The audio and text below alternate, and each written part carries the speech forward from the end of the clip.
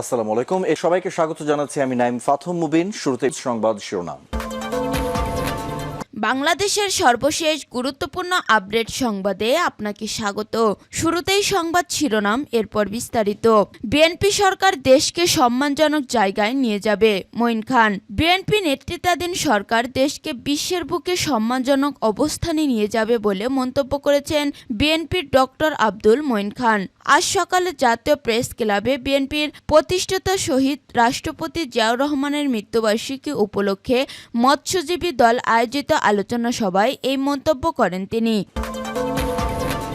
এরপর জানিয়ে দিব, এই বাজেট দেশের সবচেয়ে বড় ঘাটতি ও প্রতারণার বাজেট। এনসিপি 2026-27 অর্থবছর প্রস্তাবিত বাজেটকে দেশের ইতিহাসের সবচেয়ে বড় ঘাটতি বাজেট বলে দাবি করেছে জাতীয় নাগরিক পার্টি এনসিপি।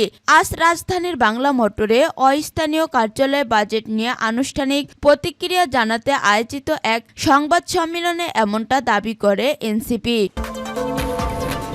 এদিকে কেরানীগঞ্জে সাংবাদিকের বাড়িতে হামলা, আহত 3। ঢাকার কেরানীগঞ্জে জমি নিয়ে বিরোধের জেরে সাংবাদিকের বাড়িতে হামলা চালিয়ে ভাঙচুর ও মারধরের অভিযোগ উঠেছে। এ ঘটনায় সাংবাদিক শিপন উদ্দিন সহ পরিবারের 3 জন আহত হন। শুক্রবার সকালে কলাতিয়া ইউনিয়নের তালেপুর গ্রামে এ ঘটনা ঘটে। এরপর জানিয়ে দিব, মোংলা কোস্টগার্ডের ভাসমান স্টেশনে হামলা, গ্রেপ্তার 6। বাগেরহাটের মোংলা উপজেলার হারবাড়িয়া সংলগ্ন কোস্টগার্ডের ভাসমান স্টেশনে হামলা, ভাঙচুর ও লুটপাটের ঘটনায় দায়ের করা মামলায় 6 জনকে গ্রেপ্তার করা হয়েছে।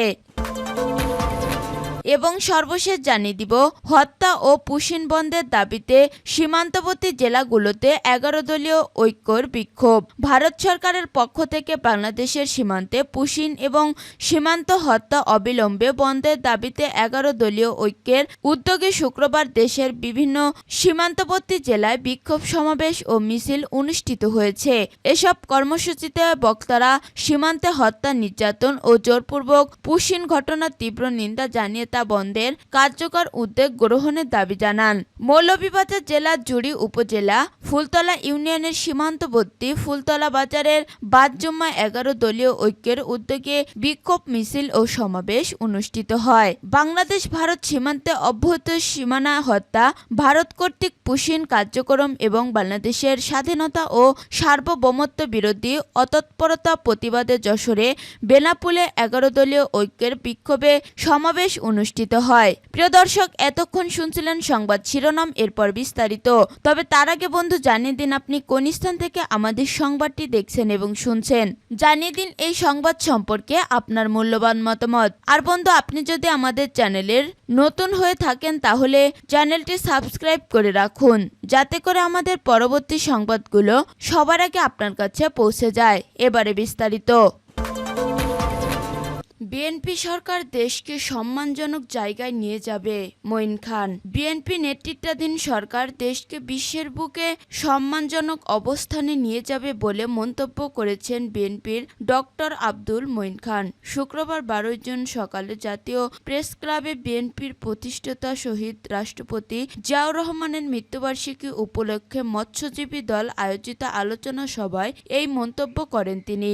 এ সময় ডক্টর আব্দুল মঈন খান বলেন, জিয়াউর রহমান যে বাজেট দিয়েছিলেন তা উচ্চ স্তরের মানুষের জন্য ছিল না, ছিল খেটে খাওয়া মানুষের জন্য। সেই বাজেটের জন্য বাংলাদেশ অর্থনৈতিকভাবে মাথা তুলে দাঁড়িয়েছে। তিনি আরো বলেন, জিয়াউর রহমান মাত্র 3.5 বছর দেশকে বিশ্বের বুকে তুলে ধরেছেন। তাকে অনুসরণ করা হলে বাংলাদেশ সঠিক পথে চলবে বলে মন্তব্য করেন বিএনপির স্থায়ী কমিটির সদস্য ডক্টর আব্দুল মঈন খান। তিনিও চান জনাব তারেক রহমান ও জনাব জিয়াউর রহমানের মতো এরকম বাজেট দিয়ে যাক, যাতে বিশ্বের বুকে বাংলাদেশ আবারও মানুষের কাছে পরিচিত হয়ে দাঁড়াতে পারে। এই বাজেট দেশের সবচেয়ে বড় ঘাটতি ও প্রতারণার বাজেট। এনসিপি 2026-27 অর্থবছরের প্রস্তাবিত বাজেটকে দেশের ইতিহাসে সবচেয়ে বড় ঘাটতি বাজেট বলে দাবি করেছেন জাতীয় নাগরিক পার্টি এনসিপি। আজ রাজধানীর বাংলা মোটরে অস্থানীয় কার্যালয়ে বাজেট নিয়ে আনুষ্ঠানিক প্রতিক্রিয়া জানাতে আয়োজিত এক সংবাদ সম্মেলনে এমনটা দাবি করে এনসিপি। সংবাদ সম্মেলনে এনসিপির যুগ্ম আহ্বায়ক ও দল দলটির ছায়া বাজেট কমিটির প্রধান ডক্টর আতিক মুজাহিদ বলেন, মোটা দাগে এটি একটি ফাঁপা বুলি ও প্রতারণার বাজেট। এই বাজেটে 6,90,000 কোটি টাকা আয় কখনোই সম্ভব নয় বলে মন্তব্য করেন তিনি। কুড়িগ্রাম 2 আসনের এই সংসদ সদস্য বলেন, বাজেটে কালো টাকা সাদা করার ব্যাপারে স্পষ্ট কোনো নির্দেশনা নেই।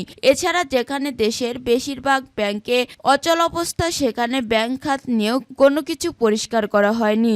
এদিন সংবাদ সম্মেলনে নতুন ব্যাংক অ্যাকাউন্ট খুলতে 3 নম্বর বাধ্যতামূলক করার তীব্র সমালোচনা করেন এনসিপি নেতারা। বলেন, এই বাজেটের পর থেকে সাধারণ মানুষ নতুন ব্যাংক অ্যাকাউন্ট খুলতেও আগ্রহ হারাবে। কেরানীগঞ্জে সাংবাদিকের বাড়িতে হামলা, আহত 3।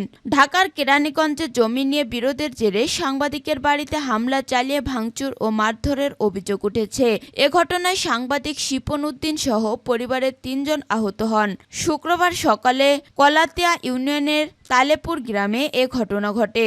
ভুক্তভোগী পরিবারের দাবি, স্থানীয় ফিরোজ উদ্দিন দীপু, ফরিদ উদ্দিন ও আবু বক্কর সিদ্দিক বাবু তাদের বাড়িতে ঢুকে আসবাবপত্র ভাঙচুর করে এবং পরিবারের সদস্যদের প্রাণনাশের হুমকি দেন। এ সময় বাধা দিতে গেলে সাংবাদিক শিপনকে শারীরিকভাবে লাঞ্ছিত করা হয়। হামলায় তার মা ও বোনও আহত হন। পরে স্থানীয় লোকজন আহতদের উদ্ধার করে প্রাথমিক চিকিৎসার ব্যবস্থা করেন।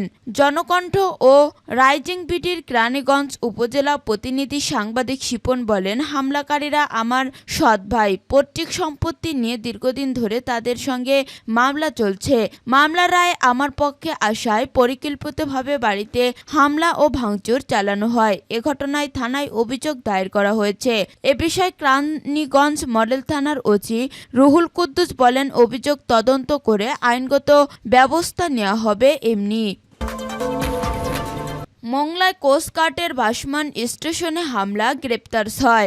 বাগেরহাটের মংলা উপজেলার হারবাড়িয়া সংলগ্ন কোস্টগার্ডের ভাসমান স্টেশনে হামলা, ভাঙচুর ও লুটপাটের ঘটনায় দায়ের করা মামলায় 6 জনকে গ্রেপ্তার করা হয়। পুলিশ জানিয়েছে, হামলায় প্রধান আসামি বলে উল্লেখ করা হয়েছে নিখোঁজ জেলে মিরাজের স্ত্রী, মা ও বোনসহ মোট 6 জনকে। পরে অভিযান চালিয়ে তাদের গ্রেপ্তার করে আদালতে প্রেরণ করা হয়। তারা হলেন মুক্তা খাতুন 30, লিজা ইসলাম 23, তাসলিমা বেগম 50, সুলতান শেখ 55, মাহারাজ খান 50, মোহাম্মদ শাহজালাল ফরাজি 20। তারা প্রত্যেক বাগেরহাট জেলার বাসিন্দা।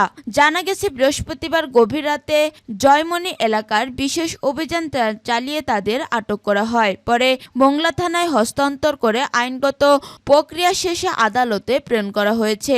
এর আগে বৃহস্পতিবার উপজেলার হারবাড়িয়া সংলগ্ন কোস্টগার্ডের ভাসমান স্টেশনে হামলা, ভাঙচুর ও লুটপাটের ঘটনা ঘটে বলে অভিযোগ পাওয়া যায়। এতে কোস্টগার্ডের 3 জন সদস্য গুরুতর আহত হন বলে জানা গেছে। ঘটনাকে কেন্দ্র করে এলাকায় উত্তেজনা বিরাজ করছে। স্থানীয়দের একাংশের দাবি, দীর্ঘদিন নিখোঁজ জেলে মিরাজের ঘটনাকে কেন্দ্র করে এলাকায় ক্ষোভ ও অসন্তোষ তৈরি হয়েছিল, যার জের ধরেই এই হামলার ঘটনা ঘটে। তবে কোস্টগার্ড ও প্রশাসনের পক্ষ থেকে বলা হচ্ছে, এটি পরিকল্পিত হামলা এবং তার সঙ্গে একটি সংঘবদ্ধ চক্র জড়িয়ে থাকতে পারে। এ বিষয়ে মংলা থানার ভারপ্রাপ্ত কর্মকর্তা ওসি আতিকুর রহমান বলেন, ঘটনার সঙ্গে জড়িতদের শনাক্ত ও গ্রেপ্তারের অভিযান অব্যাহত রয়েছে। মামলাটি অত্যন্ত গুরুত্বের সঙ্গে তদন্ত করা হচ্ছে। তদন্ত শেষে প্রকৃত ঘটনা উদ্ঘাটন করে আইনগত ব্যবস্থা নেওয়া হবে।